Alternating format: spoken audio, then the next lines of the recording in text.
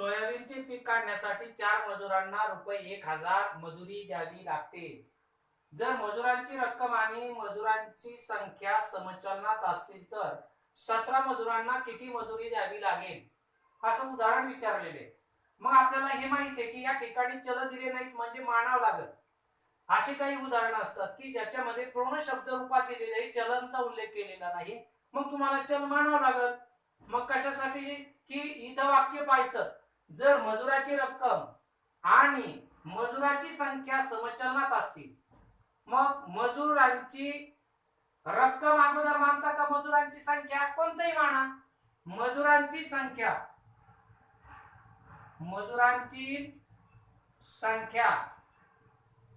x आणि मजुरांची रक्कम, मजुरीची रक्कम, मजुरीची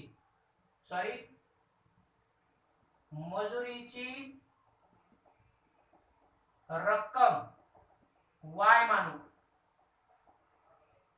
लक्षात येतंय? मजुरांची संख्या x आणि मजुरीची रक्कम y मानू. आणि मग याच्यामध्ये समचलन आहे, मग दिलेल्या माहितीनुसार वाक्य टाकायचं. दिलेल्या माहितीनुसार काय माहिती दिली की मजुरांची संख्या आणि त्यांची मजुरीची रक्कम याच्यामध्ये समचलन आहे. म्हणजेच x बरोबर k स्थिर गुणिले y k स्थिर. आणि मग जर आता पहिलं आपल्याला दिलेलं आहे पहा, x म्हणजे मजुरांची संख्या. किती दिलेली आहे मजुरांची संख्या? उदाहरणामध्ये 4. म्हणजे जर x बरोबर 4 आणि y बरोबर 1000 तर आपण याच्यावरून k ची किंमत काढतो. लक्षात येते का? म्हणजे इथं वरती वाटल्यास उदाहरणावरून आपण इथं x आणि y मानल्यानंतर इथं लिहायचं, जर x बरोबर 4 तर y बरोबर 1000. आणि उदाहरणात पहा, परत काय दिलेलं आहे उदाहरणामध्ये, 17 मजुरांना. म्हणजे जर x बरोबर 17 तर y बरोबर किती ते अगोदर आपण लिहून घ्यायचं. आणि मग पहा, प्रश्नामध्ये दिलेल्या माहितीवरून आपण हा सगळा भाग लिहिला की मजुरांची संख्या x आणि मजुरीची रक्कम y यांच्यामध्ये समचलन आहे, म्हणून पहिले चल मानून घेतले. मजुरांची संख्या x मानली, मजुरीची रक्कम y मानली. दिलेल्या माहितीनुसार म्हणजेच तिथं म्हटलेलं आहे मजुरांची संख्या ही मजुरीच्या रकमेशी समप्रमाणात आहे, म्हणून x समचलनात y. x बरोबर ky k स्थिर. आणि जर 4 मजूर दिले होते आपल्याला, त्यावेळेस त्यांची मजुरी किती झाली? 1000. मग या किमतीवरून k काढता येईल आपल्याला. 4 बरोबर k गुणिले y ची किंमत 1000. आणि म्हणून k बरोबर 4 भागिले 1000. लक्षात घ्या नीट. मग भाग देऊ आपण. 4 1 4. ओके. 4 दुने 8, राहिले 2. मग 20 झाले. 4 पंचे 20. म्हणजेच k ची किंमत आली. बोला, k बरोबर 1/250. बॉर्डर करू याला. k बरोबर 1/250. आणि मग k ची किंमत जर इथं टाकली तर x बरोबर 1/250 गुणिले y हे चलनाचे समीकरण आहे. आणि आता म्हणायचं, जर x बरोबर 17 तर y बरोबर प्रश्नचिन्ह. लक्षात घ्या. मग x च्या जागेवर 17 बरोबर 1/250 गुणिले y. मग हे 250 भागिले 17 कडे गुणिले होतील, म्हणजे y बरोबर 17 गुणिले 250. आणि मग y बरोबर 17 गुणिले 250. बऱ्याच वेळा विद्यार्थी इथपर्यंत उत्तर चांगले काढतात आणि नंतर गुणाकार चुकून ठेवतात, म्हणून गुणाकारासाठी चुकू नका. व्यवस्थित 250 गुणिले 17. काही नपाडे येत नाहीत 17चे, मग 7 नाहीत पुन्हा.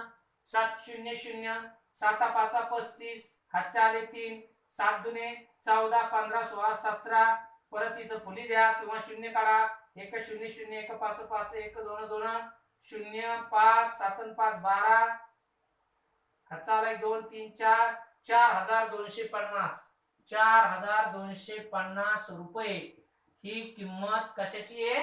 17 कामगाराची येणारी मजुरीची रक्कम. अशा प्रकारे आपल्याला या पहिल्या 7.1 सराव संचाचा या ठिकाणी पूर्ण अभ्यास झालेला आहे. तर आपल्याला व्यस्त चलनाकडे जायचंय आणि त्यासाठी पाठ्यपुस्तकातला पुढचा भाग पाहू आपण. पहा, व्यस्त चलनाचा भाग मी अगोदर सांगितलाय, पुन्हा पाठ्यपुस्तकामधला भाग थोडासा विचारात घ्या. व्यस्त चलन x आणि y हे दोन चल घेतलेले आहेत आपण. x आणि y या संख्या व्यस्त प्रमाणात आहेत. हे विधान x आणि y व्यस्त चलनात आहेत असं लिहितात. x आणि y व्यस्त चलनात असतील तर याचा गुणाकार स्थिर येतो. मी अगोदरच सांगितलं आपल्याला. मग त्याला गुणाकार स्थिर आलेला k मानायचं. k स्थिर असतो आणि मग x आणि y व्यस्त चलनात आहेत हे मात्र लिहिताना असं लिहायचंय, x व्यस्त चलनात y. ओके.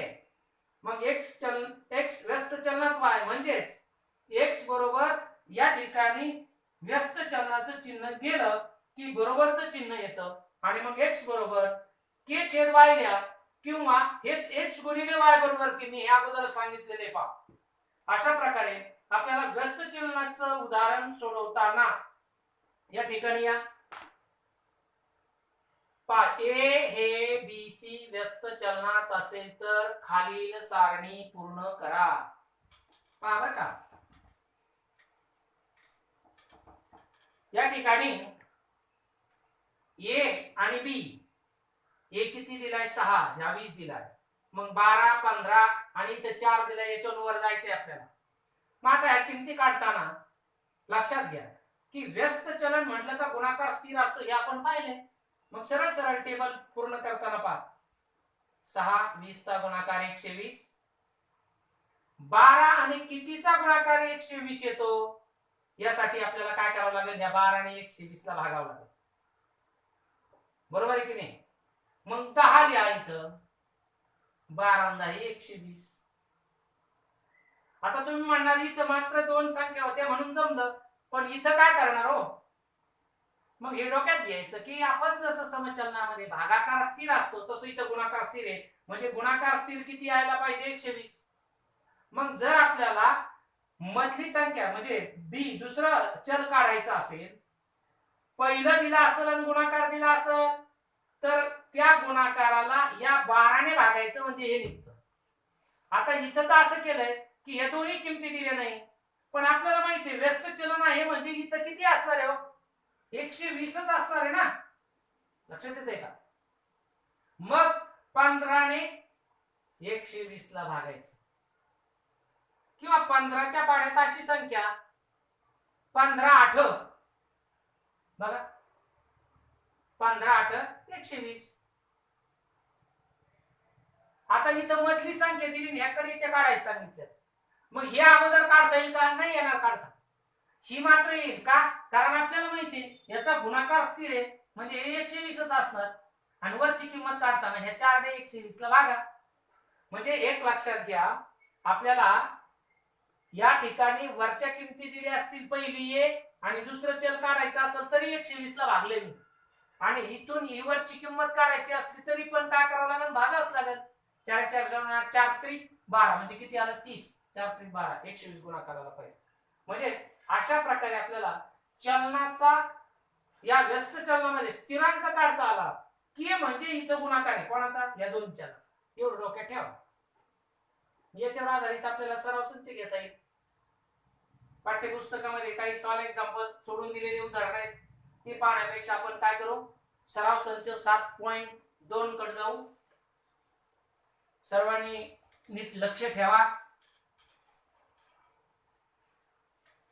पहा 7.2 काय दिले उदाहरण पहा. पहिलं उदाहरण दिले. या उदाहरणामध्ये एक काम पूर्ण करण्यासाठी लावलेल्या मजुरांची संख्या आणि काम पूर्ण होण्यासाठी लागणारे दिवस यांची माहिती सारणी दिलेली आहे. ती सारणी पूर्ण करायची. चल दिलेले नाहीत, काय विचार करू नका. मजुरांची संख्या आणि दिवस आहे. या ठिकाणी मजुरांची संख्या 30 दिली, त्याला दिवस कामाचे 6 दिले. तुमच्या असं लक्षात येईल की या ठिकाणी वरच्या याच्यात पाहिलं तर संख्या कमी कमी होताना दिसत आहे आणि खालच्या ओळीला पाहिलं तर या संख्या वाढत जाताना दिसतंय. मी सुरुवातीला त्यासाठी तेच सांगितलं, एक राशी वाढत असेल आणि दुसरी कमी होत असेल. बघा इथं काय होतंय, एक पहिली राशी कमी होते आणि दुसरी काय होते, वाढते.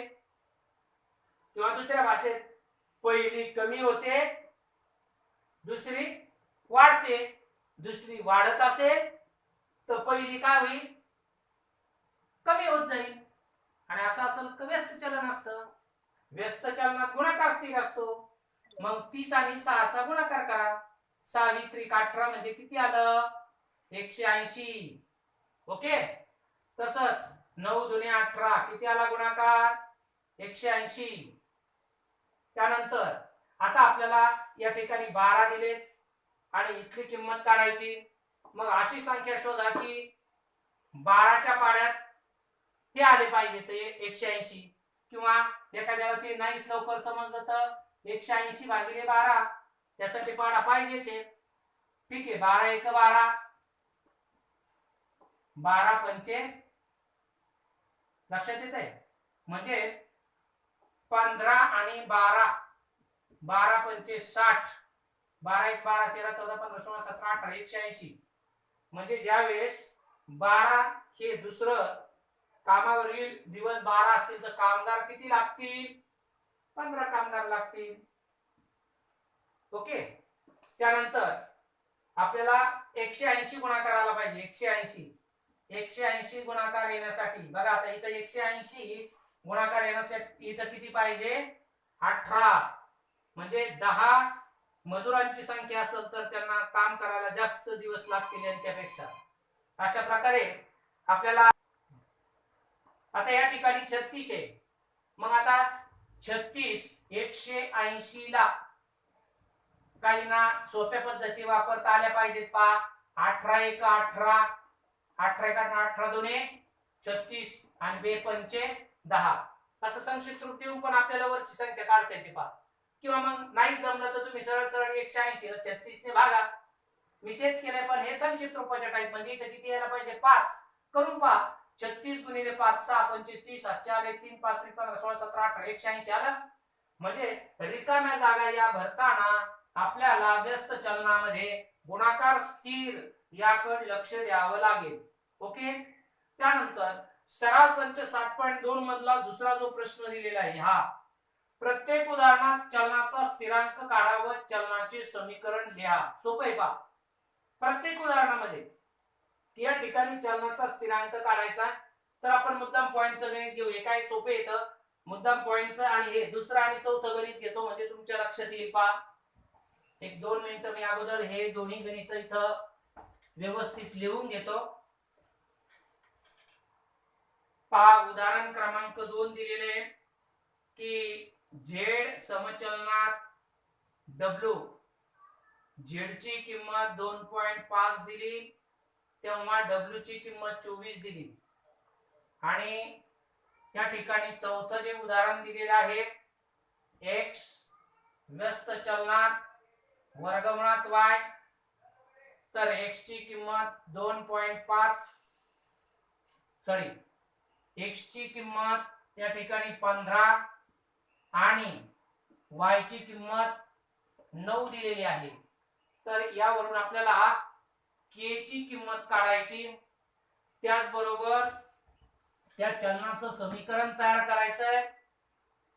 मग आपण दुसरं उदाहरण सोडून घेऊ. पहा लक्ष द्या नीट की जर झेड हा व्यस्त चलनात डब्ल्यूसी आहे म्हणजेच आपण असं लिहिणार झेड बरोबर 7.2 मधलं दुसरं गणित एक घेऊ आपण, पॉइंट मधलं आहे. झेड व्यस्त चलनात डब्ल्यू जेव्हा झेड बरोबर 2.5 तेव्हा डब्ल्यू बरोबर 24. मग आता झेड समचलनात व्यस्त चलनात डब्ल्यू म्हणजे झेड बरोबर के छेद डब्ल्यू. के हा स्थिर आहे आणि म्हणून झेड बरोबर के छेद डब्ल्यू मध्ये आपल्याला झेड आणि डब्ल्यूच्या किमती दिल्या म्हणून झेडच्या जागेवर 2.5 बरोबर के छेद डब्ल्यूच्या जागेवर 24 आणि म्हणून के बरोबर 2.5 गुणिले 24 होईल.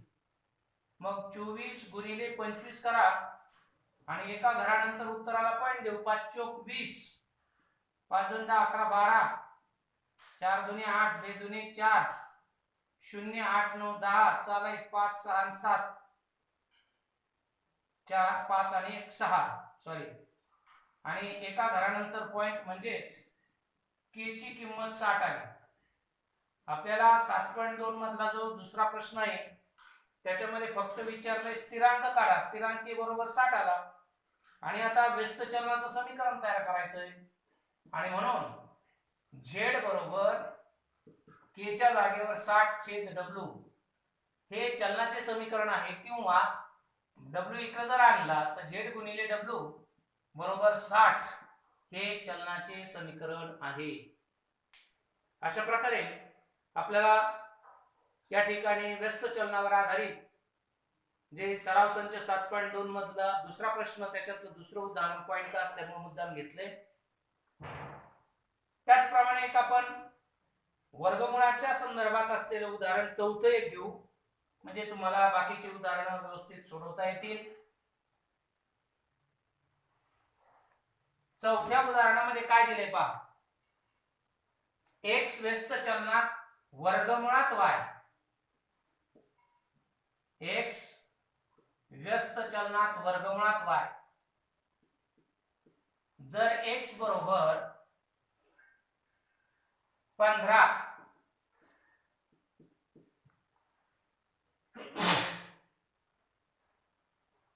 तर y बरोबर 9. या ठिकाणी सुद्धा आपल्याला चलनाचा स्थिरांक काढायचा. मग उत्तराची सुरुवात करताना x व्यस्त चलनात वर्गमुळात y म्हणून x बरोबर k छेद वर्गमुळात y. या ठिकाणी k स्थिर आहे हे लिहायचंय कंसात आणि मग आता x किती आहे 15 तेव्हा जेव्हा x 15 असतो तेव्हा y 9 आहे. मग या किमती याच्यात जर टाकल्या तर 15 बरोबर k छेद वर्गमुळात y म्हणजे 9 आता आणि म्हणून 15 बरोबर k छेद 9 चा वर्गमूळ घ्या 3 हा भागिले 3 जर इकडे आला तर k बरोबर 15 गुणिले 3 आणि म्हणून k बरोबर 15 त्रिक 45. या ठिकाणी k स्थिरांक 45 मिळाला. k ची किंमत जर इथे टाकली तर x बरोबर 45 छेद वर्गमुळात y हे चलनाचे समीकरण आहे. तर अशा प्रकारे आपल्याला सराव संच 7.2 मधला दुसरा प्रश्न या ठिकाणी पूर्ण झालाय. बाकी राहिलेली उदाहरणं तुम्ही सोडू शकता.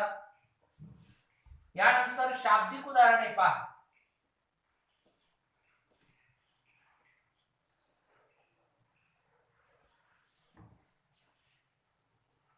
प्रश्न क्रमांक 3 दिलेला आहे आपल्याला. आता याच्यामध्ये चल दिलेले नसतात. शाब्दिक उदाहरण नीट वाचायचं, चल मानून घ्यायचे आणि मगच उदाहरण सोडवायचं. प्रश्न असा आहे सफरचंदाच्या राशीतील सर्व सफरचंदाचे पेट्यात भरावायची आहेत. म्हणजे सफरचंदाची रास पडलेली आणि त्या राशीमधून ती सर्व सफरचंदाची रास एका पेट्यामध्ये भरायची. जर प्रत्येक पेटीत 24 सफरचंद ठेवले तर त्यासाठी 27 पेट्या लागतात.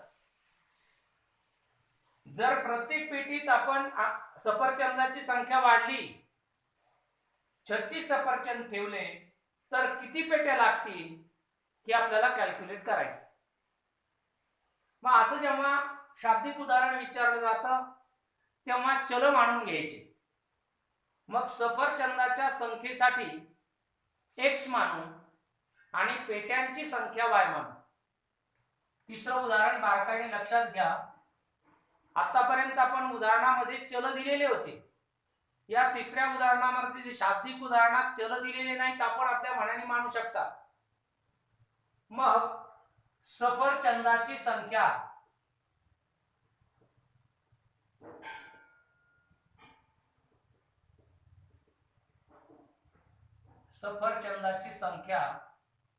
x. ओके, स्क्रीनवर व्यवस्थित दिसते पहा. सफरचंदाची संख्या x आणि पेट्यांची संख्या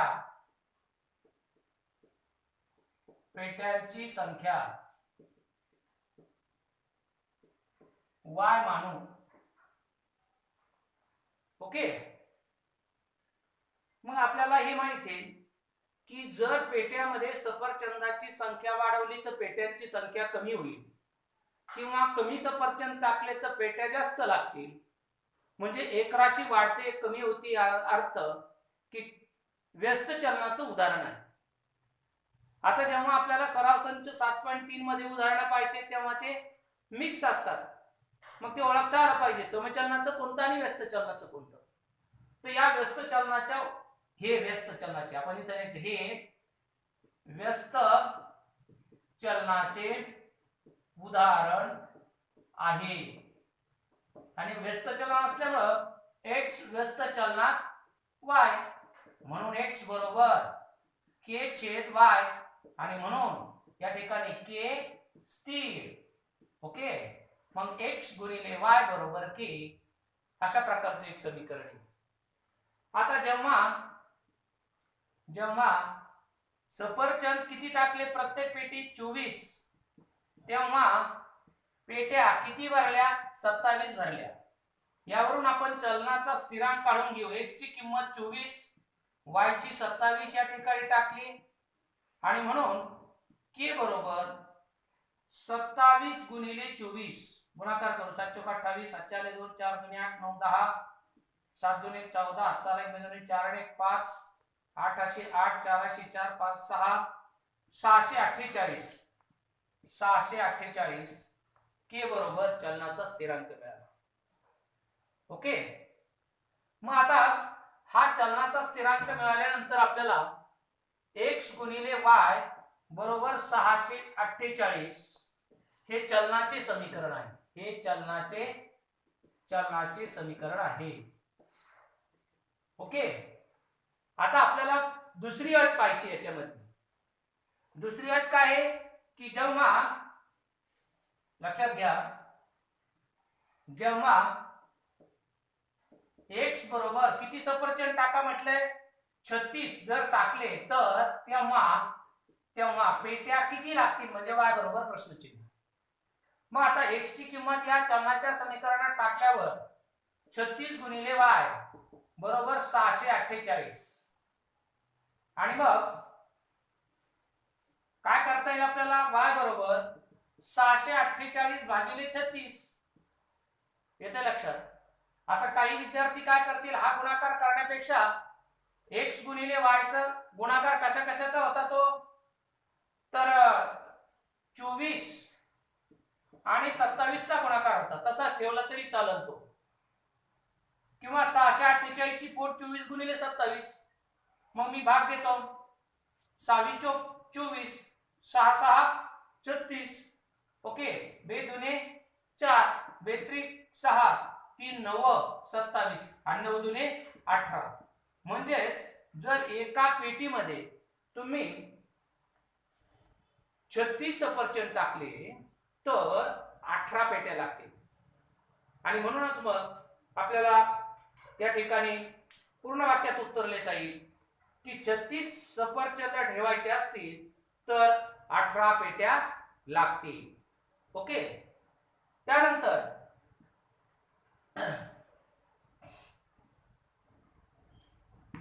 या सराव संचामधले बाकी उदाहरणं तुम्हाला सोडवता येतील. चौथा प्रश्न असा आहे की खालील विधाने चलनाचे चिन्ह वापरून लिहायचंय. दोन्ही तरंगाची लांबी L. क्वेश्चन नंबर किती आहे 4.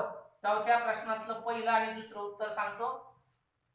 दोन्ही तरंगाची लांबी L ही वारंवारता F यांच्याशी व्यस्त चलनात असते, म्हणजे L व्यस्त चलन F. त्याचबरोबर दिव्याच्या प्रकाशाची तीव्रता I इंटेन्सिटी ही त्याच्या अंतराच्या, पहा प्रश्न असा आहे, दिव्याच्या प्रकाशाची तीव्रता I आणि दिवा व पडदा यामधील अंतराचा वर्ग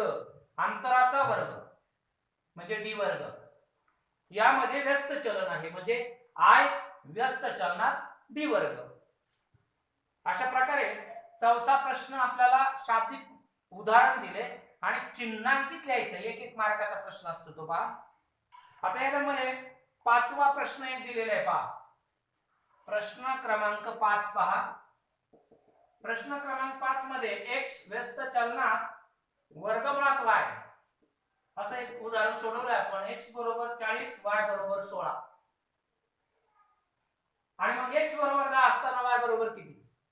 मग प्रथमतः आपण चलनाचा स्थिरांक k काढून घेऊ.